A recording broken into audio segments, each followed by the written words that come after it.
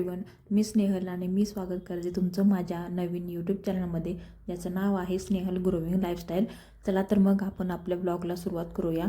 तसा ब्लॉग मी म्हणजे सकाळीच लवकर उठले होते आणि माझं फिरून आले, व्यायाम वगैरे केला आणि आंघोळ वगैरे करून स्वतःचं आवरून घेतलं. मला नंतरनं आपल्याला दिवसभर काही आवरायला भेटत नाही, कारण की कामामध्येच खूप वेळ जातो. चला तर मग किचनमध्ये आले आणि रात्रीची भांडी उरली होती धुतलेली. चला म्हटलं लावून घ्यावेत, कारण की जर भांडे व्यवस्थित जागच्या जागी गेली तरच आपल्याला ते सापडतात टायमिंगला, नाहीतर परत ते सापडत नाहीत आणि मग शोधाशोध करावं लागते खूप. तर त्यातच नेमका माझ्या आईचा पण फोन आला होता. तर मी त्याच्याशी बोलत बोलतच भांडे पण लावत होते, म्हणजे एकासोबत दोन दोन काम करत होते. आणि मग म्हटलं चला, ती नंतरनं जॉबला पण जाते आणि नंतर वेळ मिळत नाही तिच्याबरोबर बोलायला.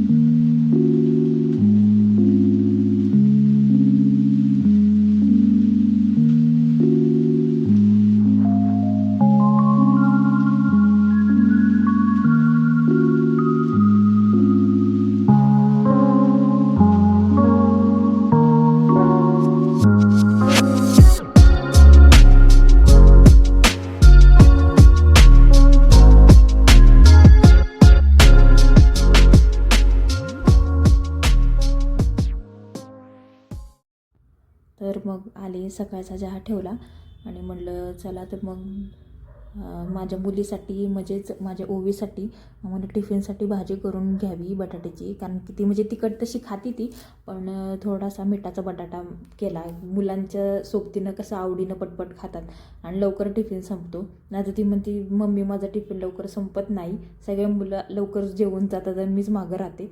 तर मग चहा केला आणि आम्ही दोघांनी चहा घेतला आणि मग बटाटा वगैरे चिरून मिठाच्या बटाट्याची भाजी केली. पिवळा बटाटा केला होता.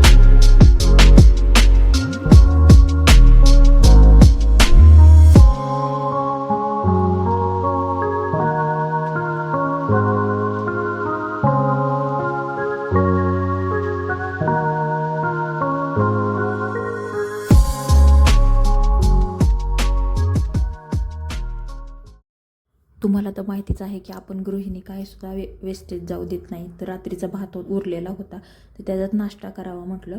तर फोडणीचा भात, आपल्या काय जिरं मोहरी थोडीशी हळद टाकली आणि भात टाकला.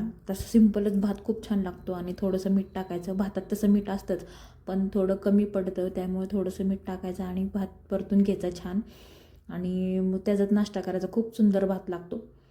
तर मग तसाच नाश्ता केला आणि तेवढ्यातच ओवी माझी आवाज मारत होती मला की इकडे ये म्हणून. ते चाललं होतं. काही सकाळ सकाळ खूप नखरे करते, उठत नाही लवकर आणि रडते पण कधी कधी. आणि मग ते चालू होतं थोडंसं आवराआवरीचं काम. मग मी भात परतून घेतला आणि माझ्या मिस्टरांना नाश्ता दिला, कारण त्यांना जायचं होतं ऑफिसला. ते घाई करत होते, तर पटकीने दे म्हणून मग त्यांना आवरून वगैरे दिलं सगळं, नाश्ता वगैरे केला आणि ते नंतर ऑफिसला गेले. मग माझी धावपळ सुरू झाली, कारण की मला ओवीला म्हणजे आवरायचं होतं आणि तिला स्कूलला पाठवायचं होतं.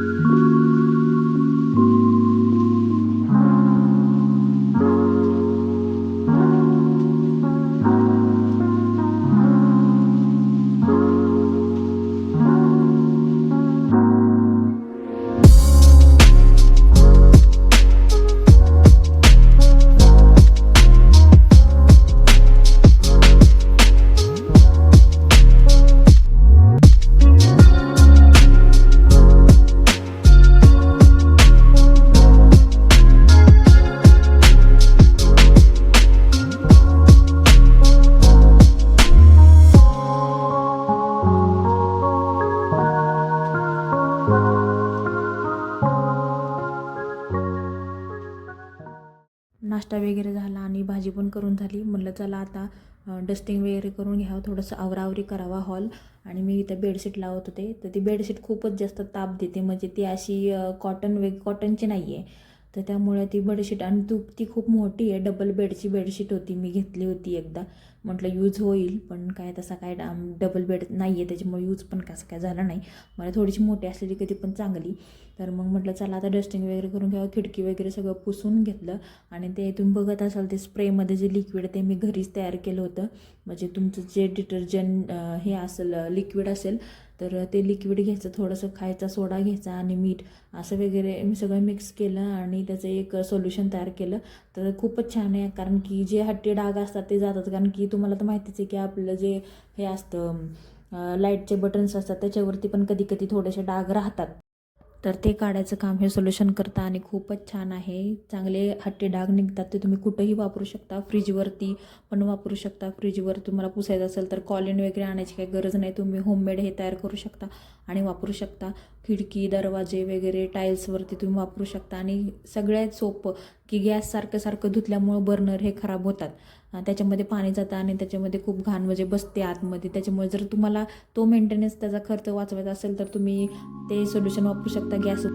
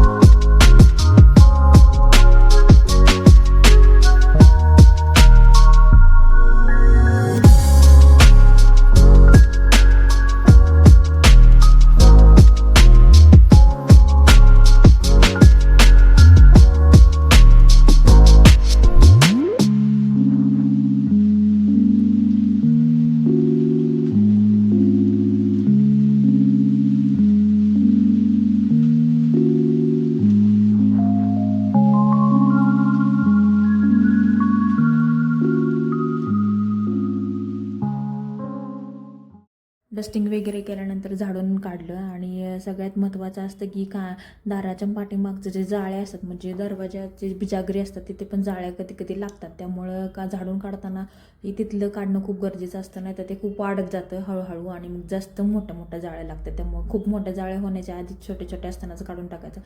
तर मग झाडून वगैरे काढलं, कचरा वगैरे भरला. म्हणलं चला आता सगळ्या गृहिणीचा आवडता भाग जो आहे तो म्हणजे देवपूजा. आणि चला म्हणलं देवपूजा वगैरे करून घ्यावेत. आणि देवपूजा करताना सगळ्यात जास्त मन प्रसन्न असणं तर गरजेचं असतात, पण देवपूजा केल्यानंतर पण मन खूप प्रसन्न होतं, कारण की आपल्या म्हणजे आवडीची गोष्ट असते ती. आणि जास्त काही देव माझ्याकडे नाही आहेत, कारण की जे मेन देव आहेत, मेन देवारा जो आहे तो माझ्या सासरी आहे आणि थोडेच देव माझ्याकडे आहेत. मेन महत्त्वाचं स्वामींची मूर्ती.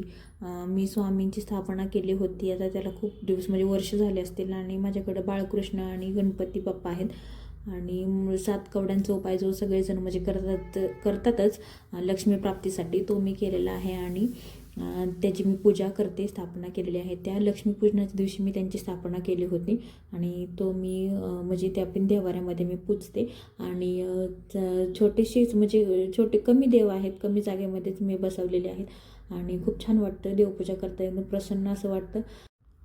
तर कवड्या मी लक्ष्मीपूजना दिवशी स्थापन केल्या होत्या आणि सगळ्यांना माहितीच आहे की 7 कवड्यांचा उपाय हा धनप्राप्ती लक्ष्मी प्राप्तीसाठी केला जातो. सुख शांती आनंद आपल्या घरामध्ये वास्तव्य करावा यासाठी केला जातो. आणि तो म्हणजे पिवळं वस्त्र आधी एका डिशीमध्ये पिवळं वस्त्र टाकायचं आणि त्याच्यावरती तांदूळ ठेवायचे, त्याच्यावरती मग आपण त्या 7 कवड्या धुवून वगैरे ठेवायच्या, त्याची स्थापना करायची, ते सिद्ध करायचे असतात. आणि मग त्या तुम्ही त्याच्यामध्ये मांडू शकता, त्याला पूजू शकता. आणि दर शुक्रवारी तुम्ही त्याला अंघोळ वगैरे घालू शकता, मंगळवार किंवा शुक्रवार. आणि त्याच्यानंतर दर पौर्णिमेला ते तांदूळ जे आहे ते बदलायचे असतात आणि ते तांदूळाची तुम्ही खीर करून खाऊ शकता. म्हणजे एक प्रकारे प्रसाद म्हणूनच तुम्ही ते तांदूळ असे खाऊ शकता. आणि छान अशी रांगोळी काढली आणि अगरबत्ती वगैरे लावली होती. धूप दीपांचा वास कसा दरवळतो, असं मस्त असं वातावरण तयार होतं. आणि कधी पण तुम्ही बघा की देवपूजा करताना आपलं मन प्रसन्न असलं ना की आणि धूप दीप वगैरे छान असं केलं की खूप छान असं वातावरण तयार होतं.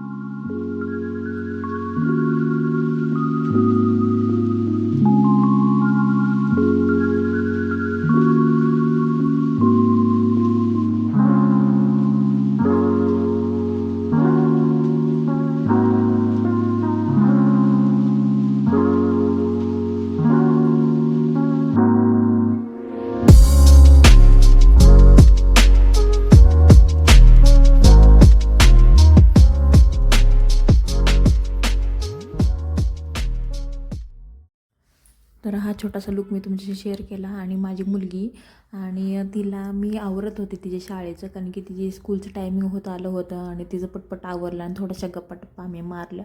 स्कूलमध्ये काय काय होतं काय नाही ते सगळं सांगत होती. आणि तिचीच आता श्लोकांची स्पर्धा आहे, तर शनिवारी ती स्पर्धा आहे, तर त्याचा पण व्लॉग मी तुम्हाला नक्कीच शेअर करेन, मी ते रेकॉर्ड करणार आहे. तर म्हटलं चला थोडंसं आवरून वगैरे घेतलं, थोडं गप्पा वगैरे मारल्या. खूप शाळेतली मस्ती धमाले ती सांगत असती सारखं, म्हणजे चालूच असतं. तिला सगळ्यात जास्त डान्स करायला खूप आवडतं माझ्या मुलीला आणि खूप छान नाचते.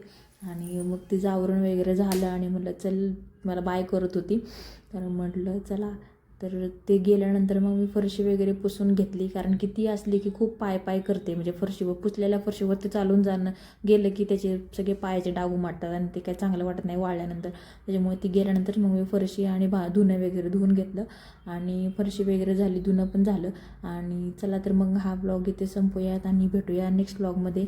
तर तुम्हाला जर हा व्लॉग आवडला असेल तर चॅनलला सबस्क्राईब करायला विसरू नका आणि बेल आयकन पण क्लिक करा, जेणेकरून तुम्हाला माझ्या व्हिडिओचे नोटिफिकेशन भेटत राहतील. तर भेटूया पुढच्या नेक्स्ट व्लॉग.